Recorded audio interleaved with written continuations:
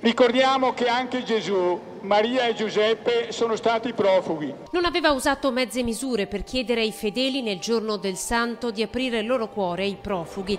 Aveva predicato per l'accoglienza, tanto da scatenare l'immediata reazione del sindaco di Padova, che il giorno seguente su Facebook aveva aperto un vero e proprio dibattito per dare la parola direttamente alla città.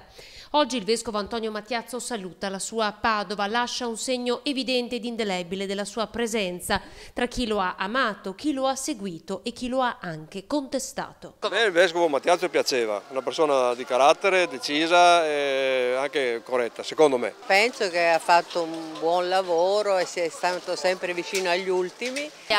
Che vada. Si è fatto sentire, questo sì, anche perché il tono di voce si faceva sentire. Anche i temi. Anche i temi, sì, un po' contro quella che era una situazione un po' assestata sull'ideologia padovana del nord-est. È facile stando dentro la Chiesa, dire che noi cittadini dobbiamo accogliere tutti. Beh, la Chiesa è sempre stata abbastanza vicina a quelli che sono o gli emarginati o comunque le persone in difficoltà.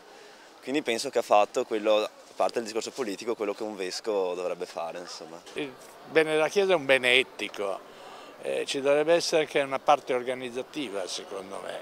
Ma diciamo che è sempre stato un uomo di carattere, è stato sempre piacevole sentirlo perché lui non guardava in faccia a nessuno